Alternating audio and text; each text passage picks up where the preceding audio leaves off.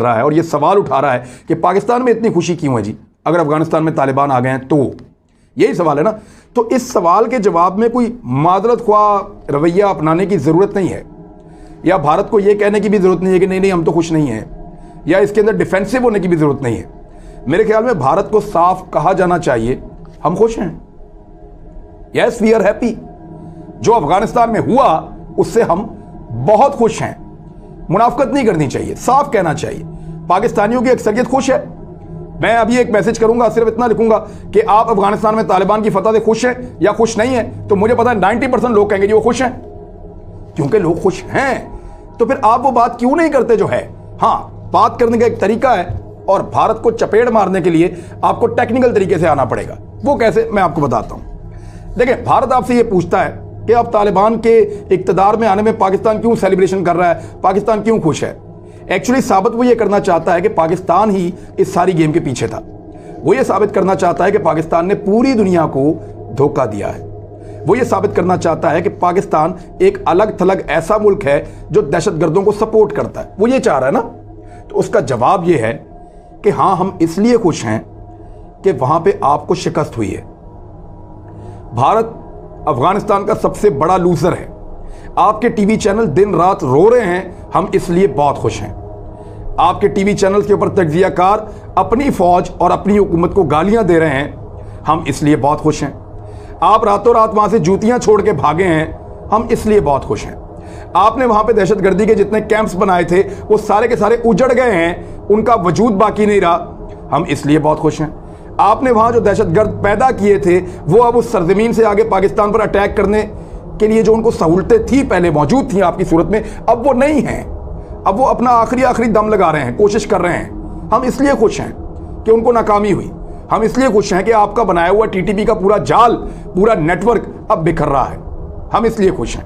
हम इसलिए खुश हैं कि जो आपने बलोच अलहदगी पसंदों को तरबियत दी, ट्रेंड किया, उनको एक फौज में कन्वर्ट किया, उनका आप सोशल मीडिया तक के ऊपर आप पूरा गेम चलाते रहे, वो नाकाम हो गया। हम इसलिए खुश हैं। हम इसलिए खुश हैं कि पश्तून तहफ़्फ़ुज़ मूवमेंट जैसी तंजीमों को आपने पाकिस्तान के अंदर अनारकी पैदा करने के लिए इस्तेमाल किया, हमारी फौज को गालियां देने के लिए, हमारी रियासत को गालियां देने के लिए इस्तेमाल किया और अफगान सरजमीन से बैठकर इस्तेमाल किया। आपको नाकामी हुई, आपका वो सारा पैसा, आपकी इन्वेस्टमेंट ज़ाया हुई। हम इसलिए खुश हैं। हम इसलिए खुश हैं कि हमने 70-80 हज़ार लाशें जो उठाई हैं अपने कांधों पे, जो इतनी बड़ी कुर्बानी दी है, वो कुर्बानी रंग ले आई है।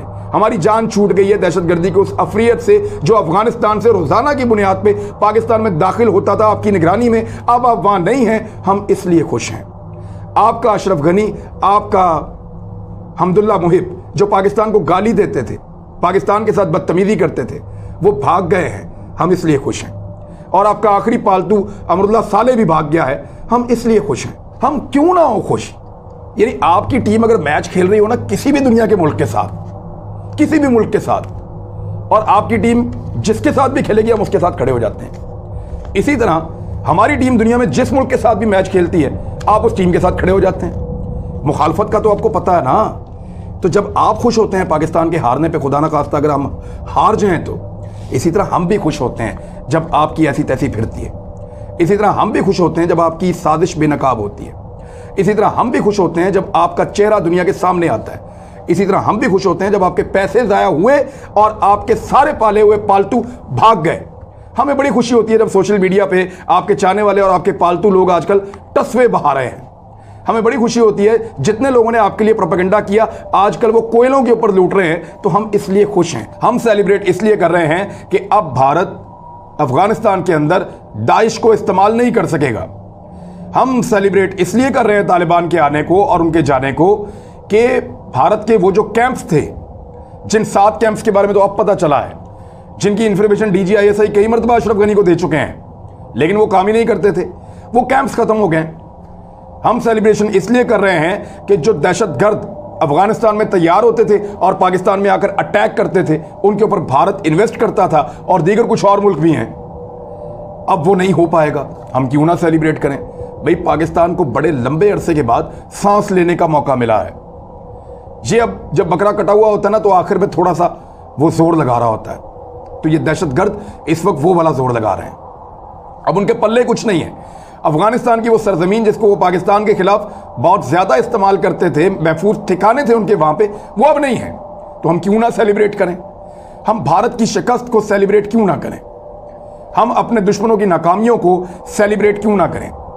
हमें गाली देने वाले जो है उनकी हुकूमत खत्म हो जाए तो हम सेलिब्रेट क्यों ना करें? अब अगर कोई भारत से पूछे कि आप मातम क्यों कर रहे हैं, आपको प्रॉब्लम क्या हो गया है, तो मेरे ख्याल में इस बात का सादा और साफ जवाब देना चाहिए कि वी आर सेलिब्रेटिंग क्योंकि आपको वहां शिकस्त हुई है और हम भारत की शिकस्त से बहुत महजूज होते हैं। हमें बहुत अच्छा लगता है जब आप हारते हैं, तो जैसे आपको अच्छा लगता है कि अगर कभी हम हारें, खुदा ना खास्ता तो साफ कहें, इसमें शर्माने वाली बात नहीं है। यस, वी आर हैप्पी, हम सेलिब्रेट भी करेंगे, खुश भी होंगे, क्योंकि भारत को वहां पे सबसे बड़ा लूजर भारत है, अमेरिका है, वो मुमालिक हैं जिन्होंने अफगानिस्तान को तबाह किया, पाकिस्तान में दहशतगर्दी आई, 70 से 80 हजार लाशें हमने अपने कंधों पे उठाई।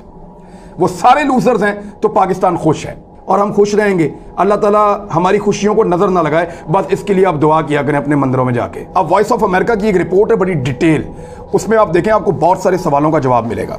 इसके कुछ 12 नुकात हैं, मैंने वो सारे आपके लिए निकाले हैं उर्दू में, इनको देखें। नंबर 1, पाकिस्तान इसलिए थोड़ा सा कंफर्टेबल है कि अशरफ गनी हुकूमत को भारत नवाज समझा जाता था पाकिस्तान में। नंबर 2, अफगानिस्तान में जो कुछ भी होता रहा है आज तक, उसका बराह रास्त असर पाकिस्तान पर पड़ता रहा है। नंबर 3, डर यह है कि 90 की दहाई की गलतियां अगर दोबारा दोहराई गई, यानी अफगानिस्तान को अकेला छोड़ दिया गया, सारे यहां से निकल गए और उनको तस्लीम भी ना किया, तो नतीजे के तौर पर जो सिक्योरिटी खला पैदा होगा उससे पाकिस्तान समेत दुनिया भर में अस्करियत पसंदी में इजाफा होगा। यह पाकिस्तान सबको पहले समझा रहा है। नंबर 4, पाकिस्तान के अफगानिस्तान में स्ट्रेटेजिक मफादात हैं। अगर कोई कहता नहीं है तो वो वॉइस ऑफ अमेरिका को लगता है कि गलत हैं। उन्होंने कहा कि पाकिस्तान के स्ट्रेटेजिक मफादात हैं और इसकी जड़ें काफी मजबूत हैं। तालिबान का झुकाव पाकिस्तान की तरफ रहा है। 5वां नुक्ता, जनरल असलम बेग साहब की किताब से इन्होंने साबित किया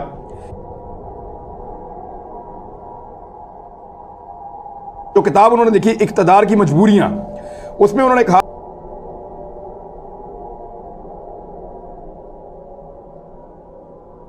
ऐसी कन्फेडरेशन